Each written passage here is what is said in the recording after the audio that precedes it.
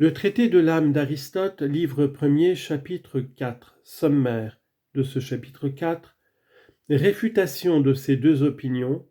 Premièrement, que l'âme est une harmonie. Deuxièmement, que l'âme est un nombre qui se meut lui-même.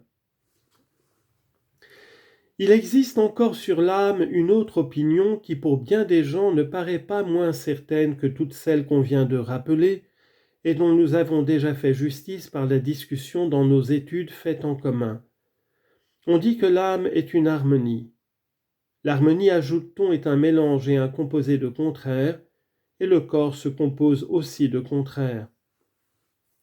Mais l'harmonie est un rapport ou une combinaison de choses mêlées ensemble, et il n'est pas possible que l'âme soit ni l'un ni l'autre.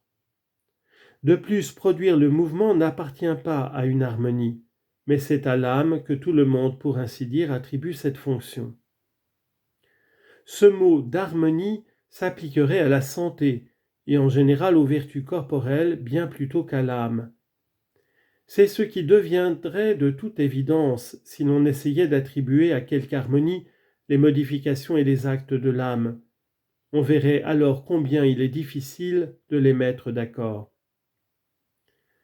Si le mot harmonie a deux sens principaux qu'il ne faut pas perdre de vue, dans son sens le plus spécial, il s'applique aux grandeurs considérées dans les choses qui ont mouvement et proportion, pour exprimer la combinaison de ces grandeurs quand elles s'harmonisent de manière à ne pouvoir plus admettre entre elles rien d'homogène.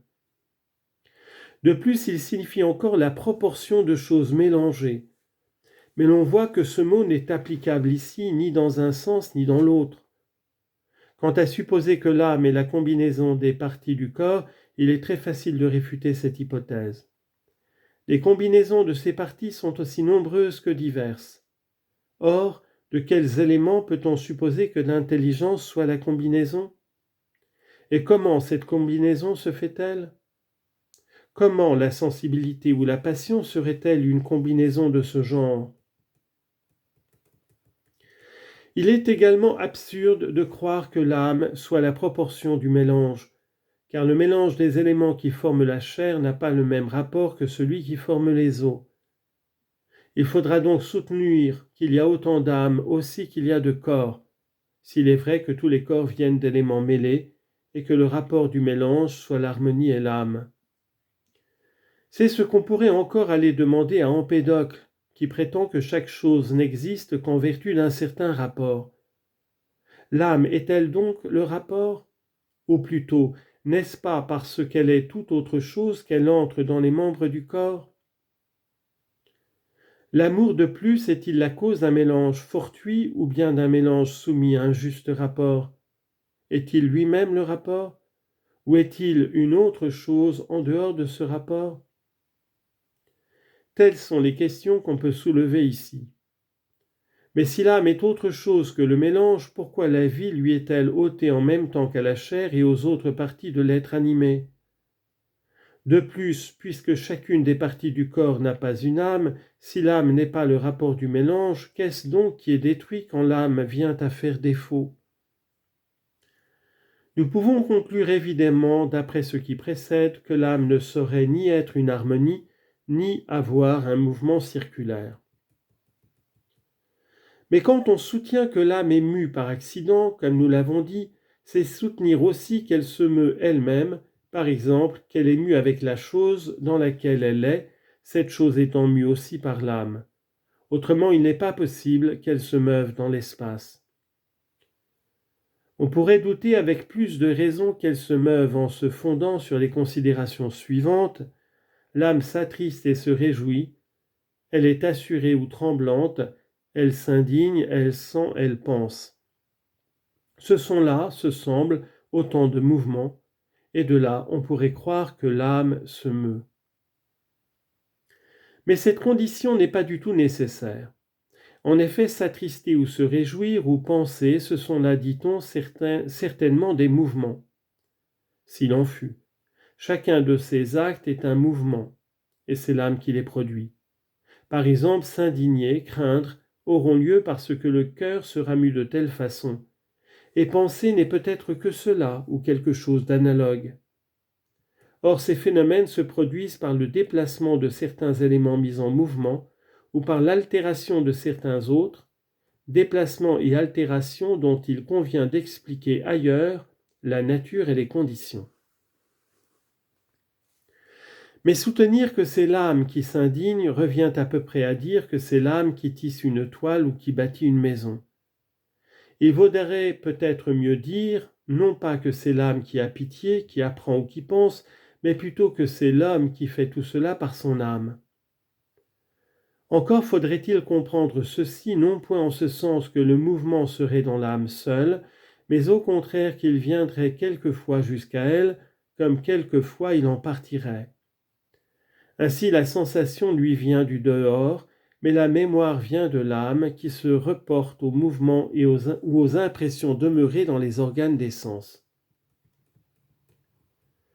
Quant à l'intelligence, elle semble être dans l'âme comme une sorte de substance, et ne pas pouvoir être détruite.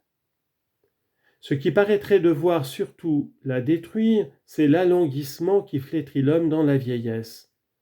Mais ici, il arrive précisément ce qui se passe pour les organes des sens. Si le vieillard avait encore la vue dans un certain état, il verrait tout aussi bien que le jeune homme.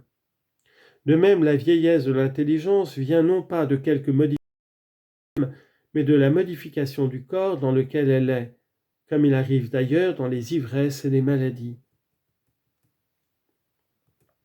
La pensée, la réflexion se flétrissent parce que quelque autre chose vient à se détruire à l'intérieur, mais le principe même est impassible. Penser, aimer ou haïr ne sont pas des modifications qui soient à lui. Ce sont seulement des modifications de la chose qui le possède en tant qu'elle le possède. Aussi cette chose étant détruite, le principe ne peut ni se soutenir ni aimer, car aimer se souvenir n'était pas de lui. C'était de cette chose commune qui a péri. Mais l'intelligence est peut-être quelque chose de plus divin, quelque chose d'impassible.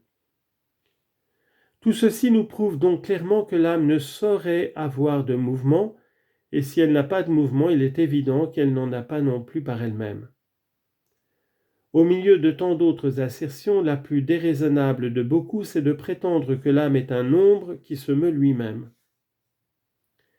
Il y a ici bien des impossibilités. Celle d'abord qui résulte de l'idée de mouvement, et de plus les impossibilités particulières qui tiennent à ce qu'on dit que l'âme est un nombre. Comment, en effet, faut-il comprendre une unité qui se meut? Par quoi et comment est-elle mue, elle qui est sans partie et sans différence? Mais si elle est à la fois moteur et mobile, il faut de toute nécessité qu'elle ait des différences. Toutefois, puisqu'on dit bien qu'une ligne qui se meut engendre la surface, que le point engendre la ligne, les mouvements des unités seront aussi des lignes, car le point est une unité qui a une position. Ainsi donc, voilà le nombre de l'âme qui déjà est quelque part et qui a une position. D'un autre côté, si d'un nombre vous enlevez un nombre ou une unité, il reste toujours un autre nombre. Mais les plantes ainsi que beaucoup d'animaux vivent encore après qu'elles sont divisées et paraissent avoir spécifiquement la même âme. On pourrait croire qu'il n'y a aucune différence à dire que l'âme est formée d'unités ou de petits corpuscules, car si les petites sphères de Démocrite deviennent des points et que la quantité seule subsiste, il y aura dans cette quantité même une partie qui meut et une partie qui est mue, comme dans le continu. La théorie en effet dont on parle ici regarde non pas à la grandeur ou à la petitesse, mais seulement à la quantité. Voilà ce qui fait qu'il faudra nécessairement qu'il y ait encore quelque chose qui mette les unités en mouvement. Mais si dans l'animal c'est l'âme qui est ce moteur, ce sera elle aussi dans le nombre, de telle sorte que l'âme n'est pas en même temps le moteur et la chose mue, elle est seulement le moteur. Mais admettons qu'elle puisse être de façon ou d'autre une unité, il faut toujours qu'elle ait une certaine différence relativement aux autres unités. Or, quelle peut être la différence qu'offre un point pris comme unité, si ce n'est la position? Si donc les unités et les points qui sont dans le corps sont différents, les unités seront dans le même lieu que les points, car l'unité occupera la place du point, et alors qui empêchera qu'il y en ait aussi une infinité dans le même lieu, si une fois il y en a deux, puisque les choses dont le lieu est indivisible sont elles-mêmes indivisibles? Mais si les points qui sont dans le corps sont le nombre de l'âme, ou bien si le nombre formé des points qui sont dans le corps est l'âme, pourquoi tous les corps sans exception n'ont-ils pas une âme? Dans tous, il y a ce semble des points et en nombre infini. Enfin, comment est-il possible que les âmes se séparent et se délivrent des corps, puisque les lignes ne se divisent pas en points?